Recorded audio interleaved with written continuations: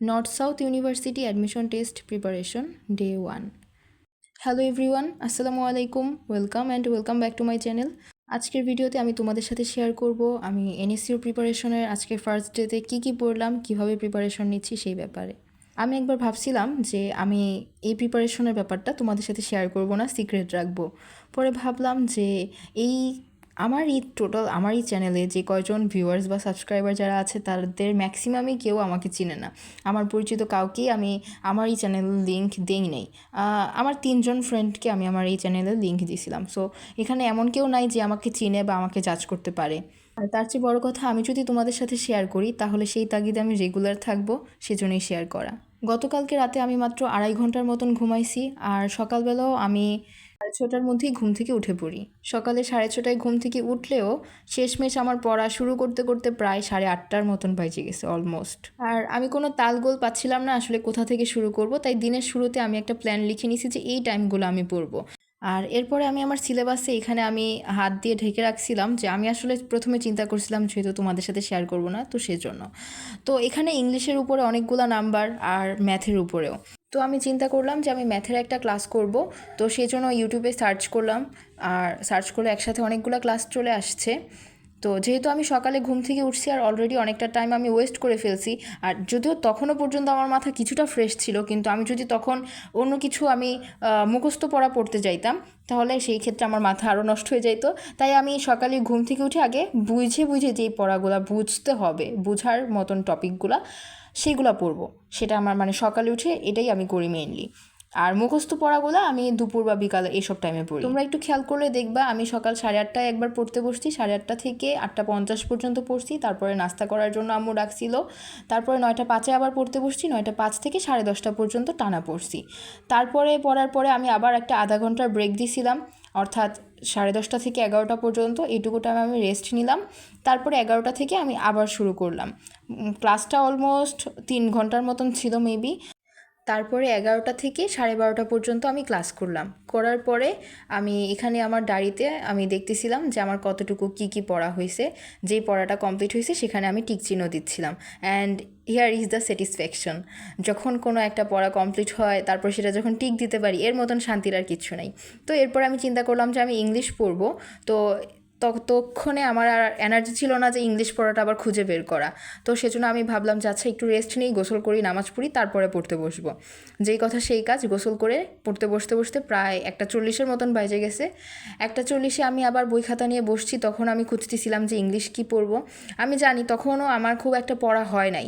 আমি যদি বলি আমার এইখানে প্রায় এই 1:40 থেকে 2:20 এইটুকু টাইমের মধ্যে আমার হয়তো 20-25 মিনিটের মতন পড়া হয়েছে, বাকি টাইমটুকু আমার ঠিক মতন পড়া হয় নাই।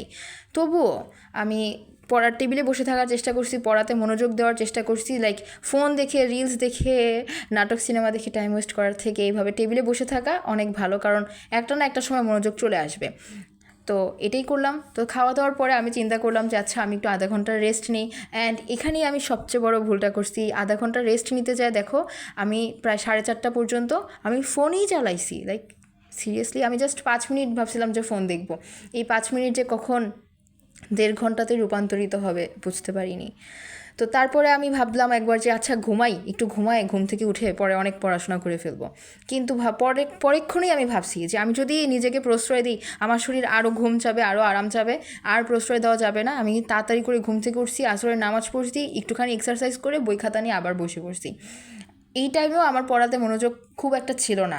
আমার সকালে ঘুম থেকে ওঠার পরে যে মনোযোগটা থাকে, বা যে কোনো টাইমে ঘুম থেকে ওঠার পরে যে মনোযোগটা থাকে অন্যান্য টাইমে সেটা থাকে না।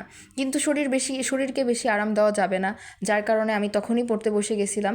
আর আমি ডেইলি এই সিনোনিম, অ্যান্টোনিম, স্পেলিং আর প্রিপোজিশন এই 4টা জিনিস আমি ডেইলি পড়বো বলে প্ল্যান করছি যে এটা আমার ডেইলি স্টাডিতে থাকবে, কারণ এটা খুব কমন আর এখান থেকে কোশ্চেন আসবেই। আচ্ছা, তোমাদেরকে যেটা বলতেছিলাম, আমি 5টার দিকে পড়তে বসছি। 5টা থেকে মাগরিবের আজানের আগ পর্যন্ত, অর্থাৎ প্রায় 7টা পর্যন্ত, মাগরিবের আজান পর্যন্ত 7টা পর্যন্ত আমি পড়ি। এর মধ্যে আমি একটা এক্সামও দিয়েছিলাম অনলাইনে, যেখানে অনেকগুলো কোশ্চেন ভুল ছিল আর আমার মার্কস অনেক কম চলে আসছে। তখন এত পড়ার পরেও মার্কস কম আসছে দেখে মেজাজটাই নষ্ট হয়ে গেছে যে আমি ঘুম বাদ দিয়ে পড়ে পরীক্ষা দিলাম, তারপরেও আমার মার্কস কম আসছে। পরে আমি দেখছি যে না, আমার অনেকগুলো উত্তর ঠিক হয়েছে, ওরা শুধু শুধু ভুল দিয়ে রাখছে। এর মধ্যেই হচ্ছে আমার মেঝো বোন আমার জন্য চা করে নিয়ে আসছিল। দেখো, চাও করে নিয়ে আসছে, আবার দেখো ব্রেডও টোস্ট করে নিয়ে আসছে। লাইক কত ভালো। হ্যাঁ, সব সময় যদি এরকম ভালো থাকতো তাহলে তো ভালো হইতোই, কিন্তু না, আমাদের তাও ঝগড়াঝাটি লাগে যায়, মারপিট মারপিট লাগে না, ঝগড়া লাগে বেশি। আচ্ছা, তো তারপর আমি এখানে চা খাচ্ছিলাম, এরপরে আবার পড়া কন্টিনিউ করতেছিলাম। আমার এই মুহূর্তে এই টাইমটাতে আমার পড়ার একদম ইচ্ছা ছিল না। আমার খুব মানে পড়া থেকে উঠে খুব শুয়ে শুয়ে ফোন চালাইতে মন চাচ্ছিল, কিন্তু কি করব বলো, নিজের শরীরকে আর আরাম দেওয়া যাবে না, পড়তে হবে, তাই পড়তে বসে গেছি। আর যেই টাস্কগুলো আমি কমপ্লিট করতে পারছি সেগুলোতে আমি টিক চিহ্ন দিয়ে রাখতেছিলাম। আর এর মধ্যেই দেখো সন্ধ্যা 7টা বাজে গেছে।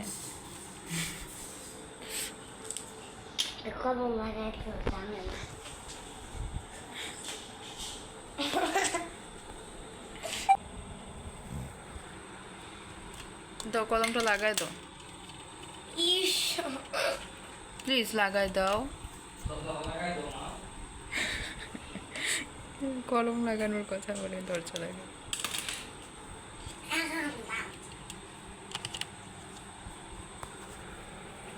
এরপরে আমি আমার মাগরিবের নামাজ পড়ে ফেলি। অ্যান্ড তারপরে আমি আজকে আমার যে ছোট 2জন বোনকে যে আমি পড়াই, প্রাইভেট পড়াই, ওদেরকে আমি আসার কথা বলি নাই। মানে আজকে ওদের আসার প্ল্যান ছিল না, আর ওরা যে আসবে সেটাও ওরা আমাকে জানায় নাই। তো আনফর্চুনেটলি ওদেরকে পড়াইতে যায়, তারপরে আমার পড়া হয় নাই। এখন যখন আমি ভিডিওতে ভয়েস ওভার দিচ্ছি, এখন রাতের প্রায় 9:30টার মতন বাজতে যাচ্ছে। আর এই ভিডিও ক্লিপটা আরও 2 দিন আগের। আম্মুকে বলতেছিলাম যে আম্মু দেখো, সাজগুজ.com-এ হচ্ছে এই জিনিসগুলোর প্রাইস অনেক কম, আমরা কিন্তু চাইলে এখান থেকে নিতে পারি। আমরা চাইলে বডি ওয়াশ নিতে পারি, দেখো আমরা চাইলে কিন্তু অ্যালোভেরা জেল নিতে পারি, অ্যালোভেরা জেল দিয়ে না আমরা অনেক কিছু বানাইতে পারবো। আমি জাস্ট আম্মুকে কথার কথা বলতেছিলাম, আমি আশা করি নাই যে আম্মু এটা আবার সাথে সাথে নিয়ে আসবে, মানে এত রিসেন্টলি যে কিনে ফেলবে এটা আমার আশা করি নাই। আম্মু আমাদের 3জনের জন্য 3টা নিয়ে আসছে। 3জনের জন্য বলতে আম্মুর জন্য একটা, আমার জন্য একটা, আমার মেঝো বোনের জন্য একটা। আর ছোটোটা তো খুব ছোটো, ও তো আমাদের সাথেই গোসল করা হয়, আমি করাই দিই, নয়তো আমার মেঝো বোন করায় দেয় বা আম্মু করায় দেয়। তো 3টা ওয়াশরুমের জন্য 3টা নিয়ে আসছে মেইনলি। আর এটা হচ্ছে অ্যালোভেরা জেল, এটা দিয়ে ফেস প্যাক বা হেয়ার প্যাক বানানো যাবে। আর এই ভিডিও ক্লিপটা হচ্ছে তার আগের দিনের সন্ধ্যাবেলা। দেখো আমার বোন, সে যখন আম্মু বাসায় না থাকবে, আম্মু বাসায় না থাকলে তার মাথার মধ্যে এটা আসে যে বিভিন্ন রকমের এক্সপেরিমেন্ট করার। তো তার মনে হলো যে তার একটু ফ্রেঞ্চ ফ্রাই বানানো উচিত, একটা নতুন এক্সপেরিমেন্ট করার। সে নতুন একটা স্টাইলের ফ্রেঞ্চ ফ্রাই বানাইলো, যেটা আমি আর আমার ছোটো বোন আগেই খাই ফেলতেছিলাম। ওকে, অনেক টাইম ওয়েস্ট হয়ে গেছে, এখন আবার পড়াশোনাতে ব্যাক করি, চলো। ভয়েস ওভারটা দেওয়ার পরে গতকালকে রাত্রে তারপরে আমি গ্রিল খাওয়ার জন্য চলে আসি। গতকালকে আম্মু বাসায় ছিল না, তো সেজন্য বাইরে থেকে খাবার আনা হয়েছে। আমরা এখানে গ্রিল আর নান রুটি খাচ্ছিলাম।